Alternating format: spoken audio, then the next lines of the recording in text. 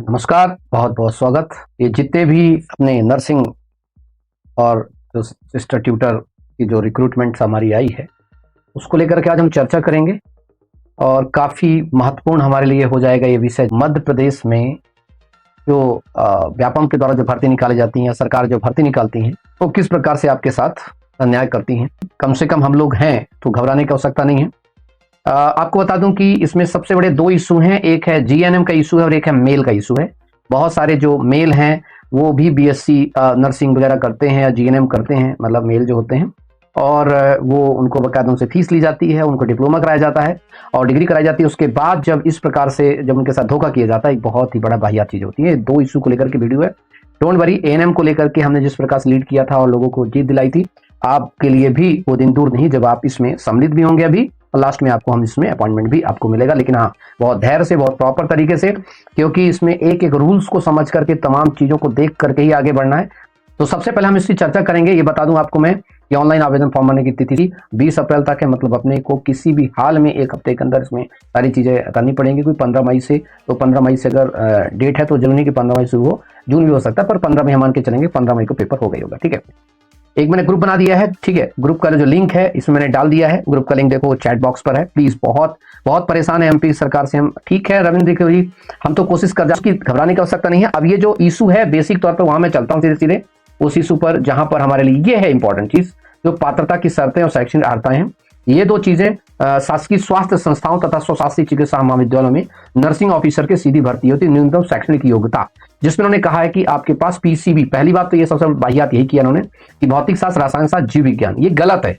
आप अगर देखेंगे प्रॉपर तरीके से तो जो नर्सिंग काउंसिल है वो चाहे आपने आर्ट से किया हो, चाहे आपने कॉमर्स से किया हो, अगर आप ये जो इन्होंने चीज लिखी ना कि अभ्यर्थी अनिवार्य रूप से भौतिक शास्त्र, रसायन शास्त्र, जीव विज्ञान विषय के साथ 10+2, ये भी एक गलत चीज है। मतलब इस पे भी मैं और एक सेपरेट वीडियो बना दूंगा कि जो आर्ट्स वाले, जो कॉमर्स वाले भी जिन्होंने बीएससी नर्सिंग किया है वो भी अलाउ होंगे। ठीक है, फिर उसके बाद है अभ्यर्थी जो है रजिस्ट्रेशन, जो मध्य प्रदेश का जो रजिस्ट्रेशन काउंसिल या भारतीय उपचार परिषद से मान्यता प्राप्त नर्सिंग प्रशिक्षण केंद्र से 4 वर्षीय बीएससी नर्सिंग प्रशिक्षण अथवा जनरल नर्सिंग प्रशिक्षण उपरांत 2 वर्षीय पोस्ट बेसिक बीएससी नर्सिंग पाठ्यक्रम में न्यूनतम 45% के साथ उत्तीर्ण। अब यहाँ पर उन्होंने गलत क्या किया है, वो गलत क्या किया है, एक जो पोस्ट जो चीज है जीएनएम का, तो जीएनएम को जो चीज हटा दिया है, जो पहले होता था लेकिन जो हटा करके बहुत ही गलत किया है। ठीक है, तो ये जो जीएनएम के लोग हैं, मैं आपको बता रहा हूं प्रॉपर तरीके से, बेहतर तरीके से इसमें हमें फाइट करना है, लड़ना है, ये दोनों ही पोस्ट के लिए, और बिल्कुल भी घबराने की आवश्यकता नहीं है। इसके अलावा बता दूं मैं एक और जो सबसे इंपॉर्टेंट, जो इसमें बड़ी खामी है इस रूल बुक में, यहां पर लिखा है सीधी भर्ती 1256 पद है नर्सिंग ऑफिसर के। क्या लिखा है? केवल महिला अभ्यर्थियों के लिए। गलत बात नहीं। आप अगर देखेंगे तो अच्छे से अगर जाएंगे तो आपको पता है महिला और पुरुष दोनों ही वार्ड में होते हैं, नर्सिस में होते हैं, नर्सिंग ऑफिसर्स करते हैं। और आज के समय में बहुत सारे जो अभ्यर्थी हैं जीएनएम में, बीएससी नर्सिंग में एडमिशन लेते हैं, बहुत सारे मेल स्पेशली जीएनएम में, और वो लोग जो है वो बहुत सारी जगहों पर ऑलरेडी वर्क कर रहे होते हैं। तो इस प्रकार से जो चीजें कर लिख देना केवल महिला अभ्यर्थी, ये बहुत ही गलत है। तो सबसे पहले चीजें। दूसरा, इसमें एक और इंपॉर्टेंट जो इसमें भी इन्होंने लिखा है क्या है, सीधी भर्ती नर्सिंग ऑफिसर्स का जो है ये 34 पद, ये भी इसमें सिर्फ महिला अभ्यर्थी किया उन्होंने। तो ये जो आप सब लोग समस्या समझ गए होंगे कि बेसिक तौर पर मैं किस उद्देश्य से और कौन सी चीजों को लेकर के चर्चा कर रहा हूं। ठीक है, तो ये जो इशू है वो इशू है हमारा कि जीएनएम को लेकर के और मेल नर्स को लेकर के, और जो 12th में जो आप लोग जो है सिर्फ पीसीबी वाले ही, ये 3 इशू इसमें आ गए।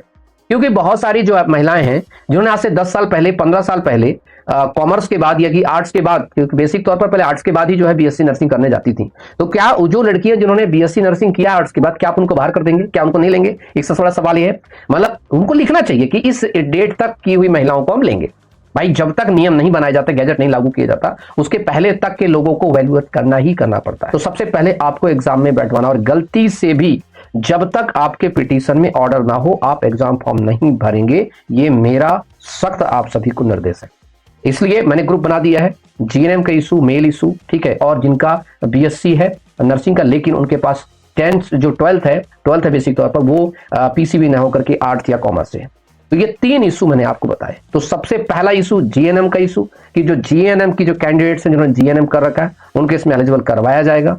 ऐसे जिन्होंने 12th में जो है पीसीबी नहीं थी उनके पास, कॉमर्स या आर्ट्स से किया, उनको भी अलाउ किया जाएगा, और साथ में जो मेल है उनके लिए भी किया जाएगा। लेकिन एक बात का ध्यान रखना बहुत स्पेसिफिक तौर पर कि आपकी जॉब एक आपके लिए बहुत महत्वपूर्ण होती है, इसलिए सबसे पहले कंसल्ट करेंगे आप, direct talk to your advocates, right. जैसे मैं एक एडवोकेट हूं, मैं जरूर नहीं कहता तुम मेरे पास ही लगाओ। मेरा कंसर्न ये होता है कि अगर मेरे पास आते हैं तो मैं तो सीधे सीधे एक एक चीज को समझते हैं, बकायदा जूम मीटिंग, जूम कॉल, या कि आप आके ऑफिस में, ताकि हम आपसे कंटिन्यू बात कर सकें, बता सके चीजों को, और प्रॉपर रूल्स को चैलेंज करके प्रॉपर रिलीफ क्लॉज। क्योंकि अक्सर मैंने देखा है लोग क्या है, जल्दबाजी में यहां वहां भाग गए और जाने के बाद क्या करता है, फिर कुछ भी लगाते हैं, कहीं रूल को चैलेंज नहीं, कहीं प्रेयर में कुछ नहीं, कहीं ये तो कहीं वो, फिर लास्ट में क्या होता है, केस आ जाता है। उनको लगता है यार अब हमारा केस क्या बताएं, कोर्ट ऐसा था, ऐसा कुछ नहीं है। आपकी प्रेयर इंपॉर्टेंट है कि आपने प्रेयर में क्या मांगा है, आपने किस चीज को चैलेंज किया है, ये इंपॉर्टेंट है। तो सबसे पहला जो इसमें बिंदु है वो इस चीज का कि आपको सक्सेसफुल उस एग्जाम में बैठवाया जाए, ताकि आप एग्जाम में जब बैठ करके उस पर सफल होते हैं फिर आगे की प्रक्रिया चलाई जाएगी, ठीक है। इसमें जितने भी लोग हैं, जितने भी समस्याएं हैं आप लोगों को, मैं आप लोगों को जो है एक ग्रुप बना दिया हूं। ज्यादा लंबी वीडियो होगी, दिक्कत हो जाएगी, इस वीडियो को लोगों तक शेयर करिएगा अपने सारे ग्रुप में, जीएनएम के ग्रुप में जो है, ठीक है, ताकि आप सभी को पता चल सके कि इसमें हमें बेसिक तौर पर क्या चीज करना है। और इस वीडियो के नीचे मैंने व्हाट्सएप का लिंक भी लगा दिया, कमेंट में भी मैं लगा दूंगा, पिन कर दूंगा, ताकि सीधे उस व्हाट्सएप ग्रुप से आप जुड़ सके।